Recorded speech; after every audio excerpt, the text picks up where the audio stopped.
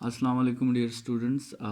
आज हमारा projectile motion का पार्ट 2 है, लेक्चर नंबर 2। प्रोजेक्टाइल मोशन के पार्ट 1 में हमने प्रोजेक्टाइल मोशन को डिफ़ाइन किया था। उसके एग्ज़ाम्पल्स में हमने 1D मोशन और 2D मोशन के एग्ज़ाम्पल्स दिए थे। फिर हमने कहा था कि कैरेक्टरिस्टिक्स ऑफ प्रोजेक्टाइल मोशन, दो कैरेक्टरिस्टिक्स है कि हॉरिजेंटल कंपोनेंट जो होता है वेलोसिटी का वो कांस्टेंट रहता है, और वर्टिकल कंपोनेंट जो होता है वेलोसिटी का वो हमेशा चेंज होता है। इसमें अक्सर एक स्टूडेंट्स ये क्वेश्चन पूछते हैं कि प्रोजेक्टाइल मोशन में जब किसी बॉडी पे अलोंग एक्स एक्सिस कोई फोर्स अप्लाई नहीं होती, तो फिर वो projectile motion along x axis होता क्यों है? तो वो इसलिए होता है कि अगर आप बॉडी को इनिशियल हॉरिजेंटल वेलोसिटी दे दें, तो वो हॉरिजेंटल वेलोसिटी तो थ्रू आउट जो है उस बॉडी में रहेगी जब तक आप उस पर हॉरिजेंटल फोर्स अप्लाई नहीं करोगे। तो जब तक आप किसी बॉडी पे हॉरिजेंटल फोर्स अप्लाई नहीं करते और उसको ऑलरेडी जो आपने वेलोसिटी दी होती है हॉरिजेंटल, फिर वो वेलोसिटी तो चेंज नहीं हो सकती, और वो वेलोसिटी फिर थ्रू आउट जो है उस मोशन का हिस्सा होती है। और इस पे हम आज जो है लेक्चर में बात करेंगे कि जब हम किसी बॉडी को प्रोजेक्टाइल मोशन में डालते हैं तो उस पे हम एक फोर्स अप्लाई करते हैं, जिसकी वजह से उसे एक 2D वेलोसिटी जो है वो मिल जाती है, और उस 2D वेलोसिटी का एक हॉरिजेंटल कंपोनेंट भी होता है और एक उसका वर्टिकल कंपोनेंट भी होता है। लेकिन इससे पहले जो है हेडिंग्स के लिहाज से पहली हेडिंग हमने प्रोजेक्टाइल मोशन की डिफिनीशन की दी, फिर उसके एग्जांपल्स की दी, फिर उसकी कैरेक्टरिस्टिक्स आ गए, दो कैरेक्टरिस्टिक्स। अब जो है हम प्रोजेक्टाइल मोशन की प्रॉपर्टीज़ पे बात करते हैं कि प्रोजेक्टाइल मोशन के लिए हमें क्या क्या चीज़ें फाइंड करनी होंगी। तो प्रोजेक्टाइल मोशन के लिए सबसे पहले जो है हमसे क्वेश्चन पूछा जा सकता है कि आप प्रोजेक्टाइल मोशन के लिए फाइनल वेलोसिटी फाइंड करें। किसी भी पॉइंट पे आप उसके लिए क्या फाइंड करें? Final velocity. ठीक है। या आपसे पूछा जा सकता है कि प्रोजेक्टाइल मोशन के लिए आप डिस्प्लेसमेंट फाइंड करें। किसी भी पॉइंट पर आप प्रोजेक्टाइल मोशन के लिए डिस्प्लेसमेंट जो है वो फाइंड करें। या आपसे पूछा जा सकता है कि प्रोजेक्टाइल मोशन का हाफ टाइम जो है वो फाइंड करें। ठीक है, हाफ टाइम फाइंड करें। या आपसे पूछा जा सकता है कि किसी प्रोजेक्टाइल मोशन का फुल टाइम जो है वो फाइंड करें। या आपके क्वेश्चन में आ सकता है कि किसी भी प्रोजेक्टाइल मोशन के लिए हाइट फाइंड करें। ठीक है। और प्रॉपर्टी नंबर 6 जो लास्ट प्रॉपर्टी है, आपसे पूछा जा सकता है कि किसी प्रोजेक्टाइल मोशन के लिए आप रेंज जो है वो फाइंड करें। तो जब भी प्रोजेक्टाइल मोशन पे क्वेश्चन आएगा, इन्हीं 6 में से किसी एक या किसी दो पे शायद आपको बात करनी होगी, जो आपको क्वेश्चन में बताया जाएगा कि रेंज और हाइट के लिए डिराइवेशन करें, या टाइम और हाइट के लिए डिराइवेशन करें, या डिस्प्लेसमेंट और रेंज के लिए डिराइवेशन करें। ठीक है। सो प्रोजेक्टाइल मोशन के क्वेश्चन में, लॉन्ग क्वेश्चन में प्रोजेक्टाइल मोशन का सारा डिटेल, और फिर इन प्रॉपर्टीज़ में कोई एक या कोई दो प्रॉपर्टीज़ पे आपने बात करनी होगी। ठीक है। सो प्रोजेक्टाइल मोशन जो 2D प्रोजेक्टाइल मोशन है, लेट्स सपोज एक बॉडी है और इसको हमने 2D प्रोजेक्टाइल मोशन में जो है डाला है, तो इसमें इस पॉइंट को पॉइंट ऑफ प्रोजेक्शन कहते हैं। जब ये आपके साथ बॉडी अपना मोशन शुरू कर रहे हैं, तो पॉइंट ऑफ स्टार्ट भी आप इसे कह सकते हैं। ठीक है। पॉइंट ऑफ प्रोजेक्शन भी कह सकते हैं, स्टार्टिंग पॉइंट भी कह सकते हैं, पॉइंट ऑफ प्रोजेक्शन भी आप इसे कह सकते हैं। इस एंड पॉइंट को जो है आपके साथ इसको आप स्टॉपिंग पॉइंट कह सकते हैं। ठीक है। ये आपके साथ स्टॉपिंग पॉइंट हो गया। और इसमें जो हाईएस्ट पॉइंट होता है, जिस पे कल हमने बात की थी कि जिस पे वर्टिकल कंपोनेंट ऑफ वेलोसिटी जो है वो ज़ीरो हो जाता है, और सिर्फ उस पे हॉरिजेंटल कंपोनेंट ऑफ वेलोसिटी वहाँ पे होती है और वर्टिकल ज़ीरो हो जाती है, इस पॉइंट को हम कहेंगे सुमिट पॉइंट। ठीक है। तो ये तो आपके साथ स्टार्ट पॉइंट है। जैसे हमने कहा कि हमसे फाइनल वेलोसिटी का पूछा जा सकता है, तो किसी भी पोजीशन पे बॉडी होगी और आपसे कहा जाएगा कि इस पॉइंट पे आप इस बॉडी की क्या फाइंड करें, फाइनल वेलोसिटी फाइंड करें। या बॉडी यहाँ पे हो तो आपसे कहा जाएगा कि आप उसकी फाइनल वेलोसिटी फाइंड करें, या यहाँ पे हो। इसी तरह किसी भी पोजीशन पे बॉडी होगी, आपसे कहा जाएगा कि आप इसका डिस्प्लेसमेंट फाइंड करें।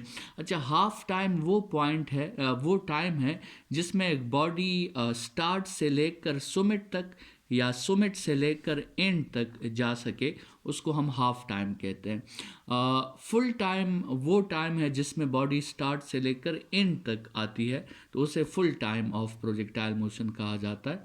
हाइट जो है ये मैक्सिमम डिस्प्लेसमेंट है फ्रॉम द ग्राउंड, ठीक है। ये जो आपके साथ डिस्टेंस है इसको हम रिप्रेजेंट करते हैं एच से, मतलब मैक्सिमम वर्टिकल डिस्प्लेसमेंट को हम हाइट कहते हैं। और ये जो आपके साथ पूरा डिस्टेंस है यहाँ से लेकर यहाँ तक, मैक्सिमम हॉरिजेंटल डिस्टेंस, इसको हम रिप्रेजेंट करते हैं रेंज से, ठीक है। सो ये प्रॉपर्टीज़ आपसे पूछे जाएंगे और हम वन बाय वन इसे डिराइव करेंगे। लेकिन उससे पहले हम बात करते हैं कि प्रोजेक्टाइल मोशन जो है उसकी ये प्रॉपर्टीज़ किन किन फैक्टर्स पर डिपेंड करती है। ये जो प्रोजेक्टाइल मोशन की हमने 6 प्रॉपर्टीज़ लिखी हैं, हमने ये डिस्कस करना है कि ये किन किन फैक्टर्स पर डिपेंड करती है। तो उन फैक्टर्स में सबसे पहले जो हमारा फैक्टर है, फैक्टर नंबर 1, वो है इनिशियल वेलोसिटी, ठीक है। इनिशियल वेलोसिटी अगर आपकी चेंज होगी तो ये डिफरेंट प्रॉपर्टीज़ जो हमने डिस्कस की इनमें चेंजेस आएंगी। जैसे लेट्स सपोज इस बॉडी को अगर हो सकता है आप स्लो वेलोसिटी से थ्रो करें तो हो सकता है ये ऐसे हिट हो। अगर आप इसको थोड़ी सी ज़्यादा वेलोसिटी से थ्रो करें तो हो सकता है ये ऐसे हिट हो। तो देखिए, इसका हाइट और इसका हाइट डिफरेंट है। इसी तरह इस पहले प्रोजेक्टाइल का रेंज और इस दूसरे प्रोजेक्टाइल का रेंज जो है वो भी आपके साथ डिफरेंट है, ठीक है। सो प्रोजेक्टाइल मोशन की जो प्रॉपर्टीज़ है वो पहले तो डिपेंड करती है इनिशियल वेलोसिटी पे, ठीक है। और इनिशियल वेलोसिटी आपकी चॉइस है कि ये इनिशियल वेलोसिटी आप बॉडी को देना चाहते हैं तो आप उसे 1D वेलोसिटी देना चाहते हैं या आप उसे 2D वेलोसिटी देना चाहते हैं। अब इस केस में मैंने जो इनिशियल वेलोसिटी दी है ये मैंने 2 डायमेंशनल वेलोसिटी इसे प्रोवाइड की है, ठीक है। तो इनिशियल वेलोसिटी पहला फैक्टर है जिसको चेंज करने से प्रोजेक्टाइल मोशन की सारी प्रॉपर्टीज़ चेंज हो जाती है।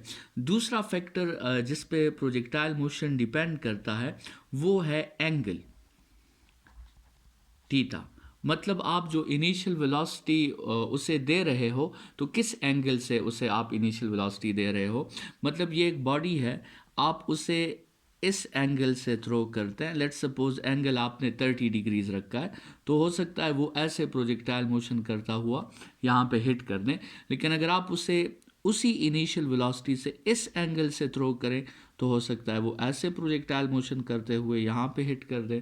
हो सकता है आप इसे 90 एंगल से थ्रो कर दें तो फिर वो बिल्कुल स्ट्रेट जाएगा और वापस आएगा, ठीक है। सो इसका मतलब ये है कि एंगल्स को चेंज करने से भी प्रोजेक्टाइल मोशन की प्रॉपर्टीज़ जो हैं वो चेंज हो जाती है, ठीक है ना।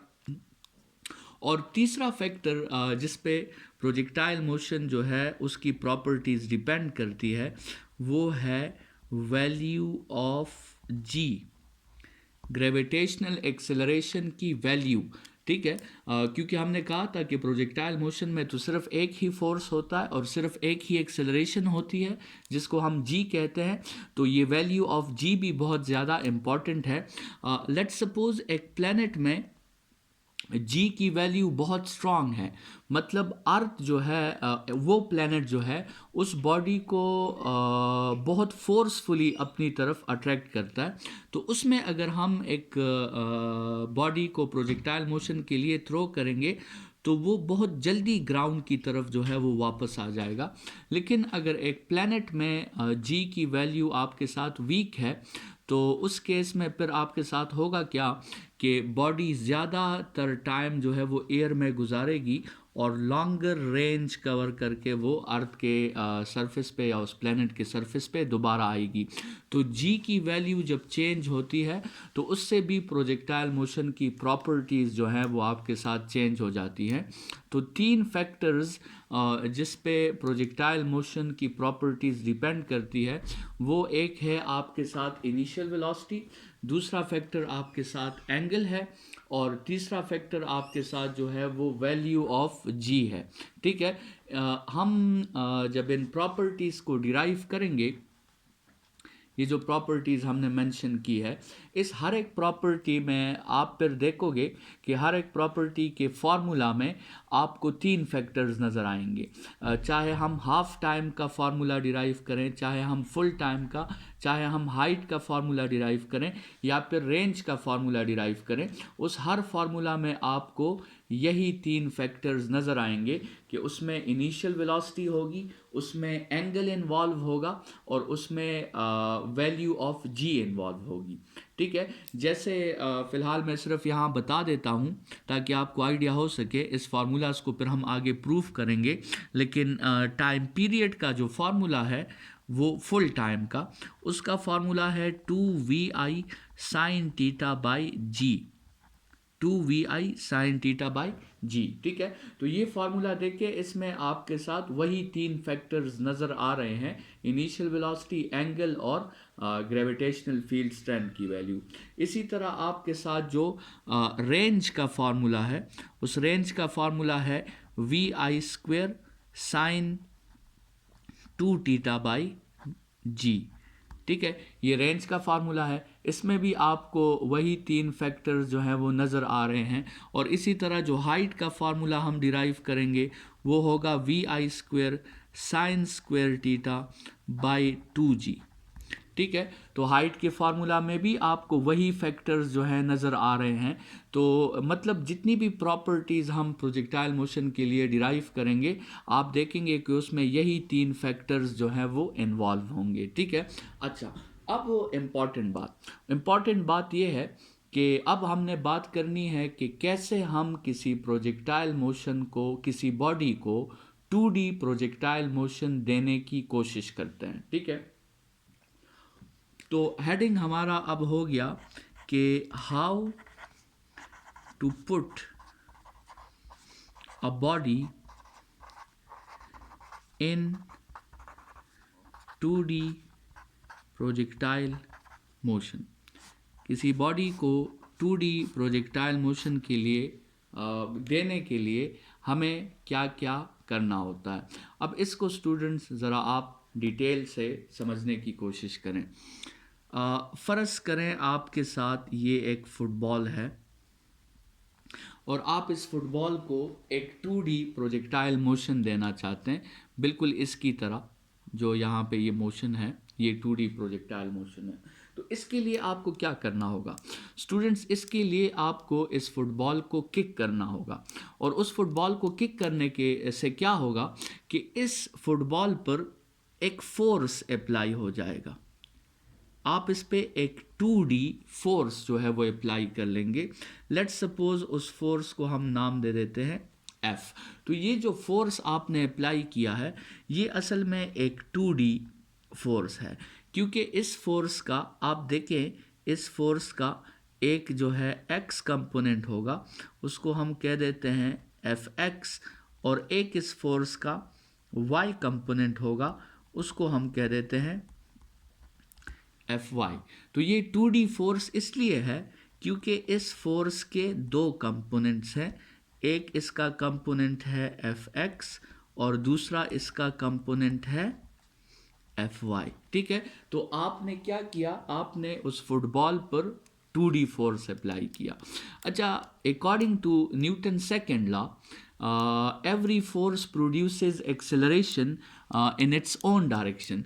तो इसका मतलब ये है कि जैसे ही आपने फुटबॉल पे फोर्स अप्लाई किया, वो फोर्स क्या करेगा, वो इस फुटबॉल में अपने ही डायरेक्शन में, मतलब जिस डायरेक्शन में फोर्स अप्लाई हुआ है उसी डायरेक्शन में वो फोर्स क्या करेगा, वो एक्सेलरेशन को प्रोड्यूस कर देगा, ठीक है।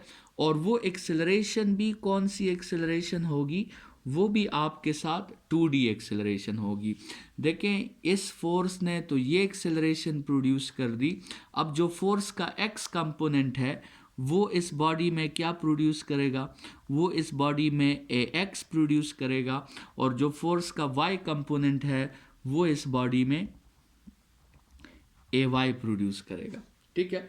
अच्छा, जैसे ही बॉडी में एक्सेलरेशन प्रोड्यूस हो गई तो अब आपको पता है कि अब इस ए के भी आपके साथ ये ए भी टू डायमेंशनल है, क्योंकि एक इसका एक्स कंपोनेंट है और दूसरा इसका वाई कंपोनेंट है, ठीक है। तो जैसे ही आपने बॉडी में एक्सेलरेशन प्रोड्यूस कर ली, तो अब एक्सेलरेशन की डिफिनीशन क्या है, एक्सेलरेशन की डिफिनीशन है द चेंज इन वेलोसिटी। तो अब ये एक्सेलरेशन क्या काम करेगा, ये बॉडी की वेलोसिटी को चेंज कर देगा। मतलब बॉडी तो पहले रेस्ट में थी, लेकिन जैसे ही एक्सेलरेशन प्रोड्यूस हुई, बॉडी को रेस्ट से एक वेलोसिटी मिल गई, क्या, वी आई, ठीक है। पहले बॉडी की वेलोसिटी जीरो थी जब आपने उसे किक नहीं किया था, लेकिन जब आपने जैसे ही आपका पैर जो है वो बॉल के साथ टच हुआ तो फोर्स अप्लाई हुआ, एक्सेलरेशन प्रोड्यूस हुई, और एक्सेलरेशन की वजह से बॉडी की वेलोसिटी जो है वो जीरो से कन्वर्ट हो गई वी आई में। अब वो वी आई जो आपने दी है वो भी असल में कौन सी है, वो भी एक 2D वेलोसिटी है, ठीक है। मतलब उस वेलोसिटी का भी एक x कंपोनेंट होगा वी आई एक्स, और इस वेलोसिटी का एक y कंपोनेंट होगा वी आई वाई, ठीक है। तो ये जो इनिशियल वेलोसिटी है जो इस एक्सेलरेशन की वजह से बॉडी को मिली है, इसके भी आपके साथ दो कंपोनेंट्स है, V I X plus V I Y, ठीक है स्टूडेंट्स। अच्छा, ये जो सारा प्रोसेस है ये 3 स्टेप्स में, ये उस लम्हे की बात है जिस लम्हे में आपका पाँव उस फुटबॉल के साथ टच है, ठीक है। अच्छा, जैसे ही आपका पाँव और फुटबॉल जो है वो उनका कांटेक्ट ख़त्म हो जाता है, तो ये फोर्स जो आपने अप्लाई किया होता है ये फोर्स ऑटोमेटिकली ज़ीरो हो जाता है, ठीक है, क्योंकि फुटबॉल और आपके पाँव का कांटेक्ट जो है वो ख़त्म हो गया। तो जब ये फोर्स ज़ीरो हो जाता है तो इसकी वजह से जो इसका x कंपोनेंट था वो भी ज़ीरो हो जाता है, और जो इसका y कंपोनेंट था वो भी ज़ीरो हो जाता है, ठीक है। अच्छा, जैसे ही फोर्स ज़ीरो होगा तो एक्सेलरेशन भी ज़ीरो हो जाएगी, एक्सेलरेशन ज़ीरो होगी तो उसका x कंपोनेंट भी ज़ीरो हो जाएगा, उसका y कंपोनेंट भी ज़ीरो हो जाएगा। अच्छा, जैसे ही एक्सेलरेशन ज़ीरो होगा तो वेलोसिटी क्या हो जाएगी, वेलोसिटी कांस्टेंट हो जाएगी। वेलोसिटी कांस्टेंट हो जाएगी तो उसका x कंपोनेंट भी कांस्टेंट हो जाएगा और उसका y कंपोनेंट भी कांस्टेंट हो जाएगा।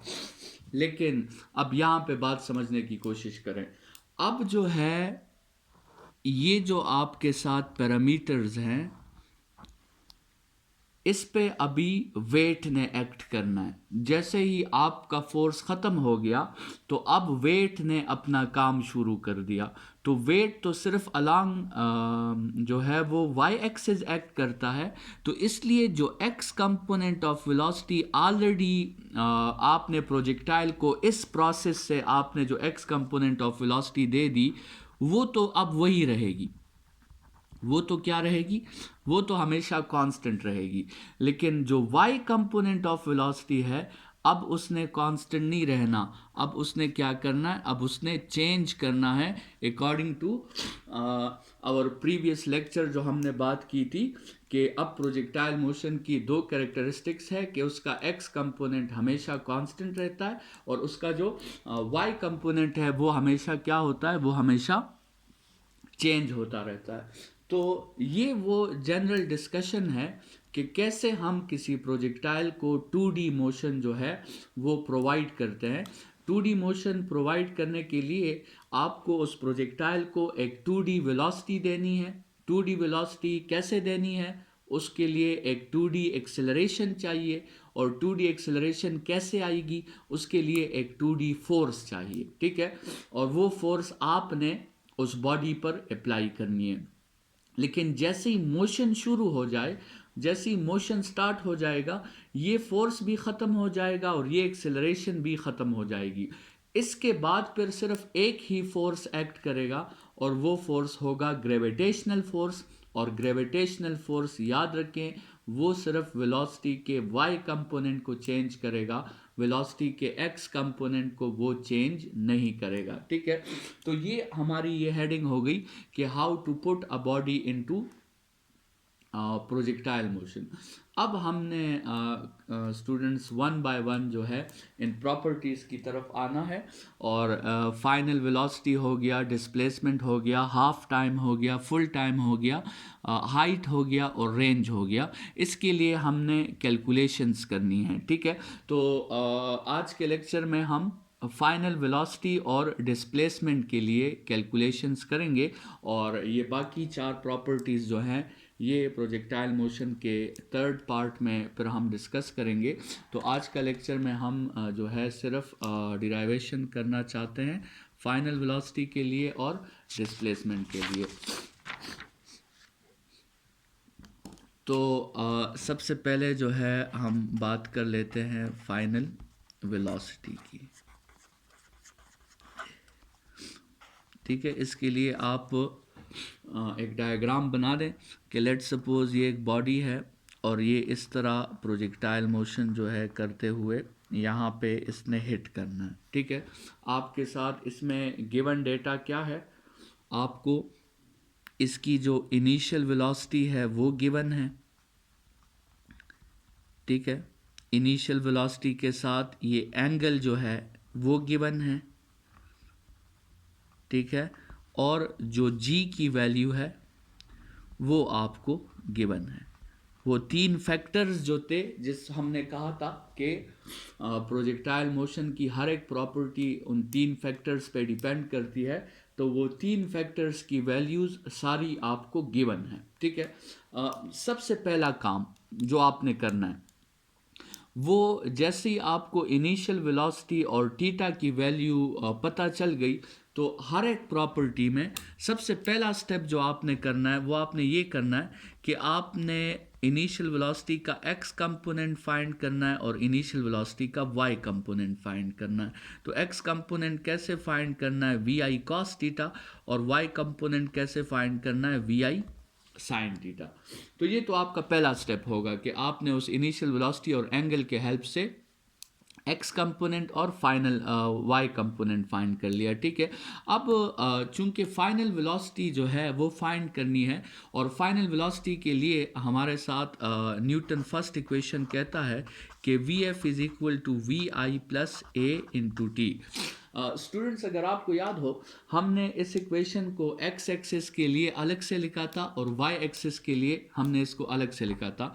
तो अगर आपको याद हो, हमने x एक्सिस के लिए इस इक्वेशन को लिखा था, Vf की जगह हमने Vfx लिखा था, इज इक्वल टू Vi की जगह Vix लिखा था, प्लस a की जगह Ax लिखा था और साथ में t, और इसी तरह y के लिए Vf की जगह Vfy, Vi की जगह Viy, प्लस a की जगह Ay इंटू टी, ठीक है। तो ये न्यूटन इक्वेशंस में हमने हर इक्वेशन को x एक्सिस के लिए अलग से लिखा था और y एक्सिस के लिए अलग से लिखा था, ठीक है। चूंकि स्टूडेंट्स प्रोजेक्टाइल मोशन एक 2D मोशन है, और 2D मोशन को स्टडी करने का तरीका ये है कि इसका x कंपोनेंट आपने अलग से फाइंड करना है, y कंपोनेंट अलग से फाइंड करना है, और फिर आपने इस पे पाइथागोरस थ्योरम अप्लाई करके उस रिजल्टेंट क्वांटिटी को फाइंड करना है। तो अगर हमने कहा कि हम फाइनल वेलोसिटी को फाइंड करना चाहते हैं, तो हम सबसे पहले फाइनल वेलोसिटी का x कंपोनेंट फाइंड करेंगे, फिर हम फाइनल वेलोसिटी का y कंपोनेंट फाइंड करेंगे, और फिर हम फाइनल वेलोसिटी को फाइंड करेंगे with the help of Pythagoras theorem, ठीक है। तो कंसिडर करें कि ये वो पॉइंट है जिस पे आपसे वो मांग रहे हैं कि आप क्या फाइंड करें, आप फाइनल वेलोसिटी को फाइंड करें। तो हमारा तरीका क्या होगा, हमारा तरीका ये होगा कि हम सबसे पहले फाइनल वेलोसिटी का एक्स कंपोनेंट फाइंड करेंगे, फिर हम फाइनल वेलोसिटी का y कंपोनेंट फाइंड करेंगे, और फिर इन कंपोनेंट्स के हेल्प से हम ये फाइनल वेलोसिटी जो है ये हम फाइंड कर लेंगे। तो ये मेथड होगा। अब स्टूडेंट्स ये जो दोनों इक्वेशंस आए हैं इसमें ये इक्वेशन एक्स एक्सिस के लिए है और ये इक्वेशन वाई एक्सिस के लिए है, लेकिन ये दोनों इक्वेशंस जो हैं प्रोजेक्टाइल मोशन के लिए तब बनेंगे जब हम इसमें प्रोजेक्टाइल मोशन की प्रॉपर्टीज़ जो हैं वो डाल लेंगे। और प्रोजेक्टाइल मोशन की प्रॉपर्टीज़ क्या होती है कि ए एक्स की वैल्यू 0 होती है और ए वाई की वैल्यू प्लस माइनस जी होती है। ये हमारा लेक्चर नंबर 1 था। तो इस इक्वेशंस में हम ए एक्स की जगह 0 पुट कर देते हैं और ए वाई की जगह हम प्लस माइनस जी पुट कर देते हैं। ठीक है, तो जब आप ए एक्स की जगह यहाँ पे 0 पुट करेंगे तो आपके साथ आ जाएगा V F X is equal to V I X, और जब यहाँ आप ए वाई की जगह प्लस माइनस जी पुट करेंगे तो आपके साथ आ जाएगा V F Y is equal to V I Y plus minus G T. ठीक है, अच्छा स्टूडेंट्स ये तो बहुत फेमिलियर सा स्टेटमेंट है, और इस स्टेटमेंट को अगर आप को याद हो हमने लेक्चर नंबर 1 में कहा था कि वेलोसिटी का एक्स कंपोनेंट कभी भी चेंज नहीं होता। ठीक है, तो ये तो वही बात है कि जो इनिशियल एक्स कंपोनेंट था वही फाइनल एक्स कंपोनेंट है, मतलब वेलोसिटी का एक्स कंपोनेंट आपके साथ चेंज नहीं हो रहा। ठीक है, तो अब ज़रा स्टूडेंट्स फाइनल वेलोसिटी को फाइंड करने के स्टेप्स देख लें। स्टेप नंबर 1, सबसे पहले हम फाइनल वेलोसिटी का एक्स कंपोनेंट फाइंड करेंगे, और फाइनल वेलोसिटी का एक्स कंपोनेंट उसी इनिशियल वेलोसिटी के एक्स कंपोनेंट के इक्वल होगा जो सबसे पहले ही आपने फाइंड कर लिया होगा यहाँ पे, ये जो वी आई कॉस थीटा है। ठीक है, अच्छा अब स्टेप नंबर 2 में आपने फाइनल वेलोसिटी का वाई कंपोनेंट जो है वो फाइंड करना है। अब वाई कंपोनेंट के लिए आपने देखना होगा कि अगर बॉडी अपवर्ड मोशन में है, बॉडी किस मोशन में है, अपवर्ड मोशन में, तो आपने फॉर्मूला यूज़ करना होगा V F Y is equal to V I Y minus G T. अगर बॉडी टॉप पे है तो आपने फार्मूला यूज़ करना होगा V F Y is equal to 0। ठीक है, और अगर बॉडी जो है वो डाउनवर्ड मोशन में है, डाउनवर्ड मोशन में, तो फिर आपने फार्मूला यूज़ करना होगा V F Y is equal to V I Y plus G T. ठीक है, तो इस फार्मूलाज पे हमने कल के लेक्चर में भी बात की थी कि वी एफ वाई जो वेलोसिटी का वाई कंपोनेंट है वो अपवर्ड मोशन में डिक्रीज करता है, टॉप पे 0 हो जाता है, और डाउनवर्ड मोशन में वो इंक्रीज करता है। ठीक है, तो एक दफ़ा आपने वी एफ एक्स भी फाइंड कर लिया, आपने वी एफ वाई भी फाइंड कर लिया। अब तीसरे स्टेप में आपने ये चीज़ वी एफ जो है वो फाइंड करना है, और ये आपने कैसे फाइंड करना है, ये आपने पाइथागोरस थ्योरम से फाइंड करना है, V F X square plus V F Y square. ठीक है, मतलब देखें आप इस प्रोसेस को अगर समझने की कोशिश करें, हमने सबसे पहले जो है फाइनल वेलोसिटी का एक्स कंपोनेंट फाइंड कर लिया। ठीक है, फिर हमने फाइनल वेलोसिटी का वाई कंपोनेंट फाइंड कर लिया वी एफ वाई, और फिर हमने ये रिजल्टेंट जो फाइनल वेलोसिटी थी इसे फाइंड कर लिया। ठीक है, और आखिर में हम फाइनल वेलोसिटी का एंगल भी फाइंड आउट कर सकते हैं, तो वो उसके लिए फिर आप टेंजेंट थीटा यूज़ करेंगे, तो theta is equal to tangent inverse perpendicular by base. Perpendicular है वी एफ वाई और बेस है वी एफ एक्स। ठीक है, तो आपने रिजल्टेंट का मैग्नीट्यूड भी फाइंड कर लिया और आपने रिजल्टेंट की डायरेक्शन जो है वो भी फाइंड आउट कर ली है। तो ये आपके साथ प्रोसेस हुआ फाइनल वेलोसिटी को कैलकुलेट करने के लिए। एक दफ़ा दोबारा रिपीट कर लें, फाइनल वेलोसिटी के लिए सबसे पहले आपने एक्स कंपोनेंट फाइंड किया, फिर आपने फाइनल वेलोसिटी का वाई कंपोनेंट फाइंड किया, फिर आपने पाइथागोरस थ्योरम यूज़ करके फाइनल वेलोसिटी को फाइंड किया, और आखिर में आपने फाइनल वेलोसिटी का एंगल जो है वो फाइंड आउट कर लिया।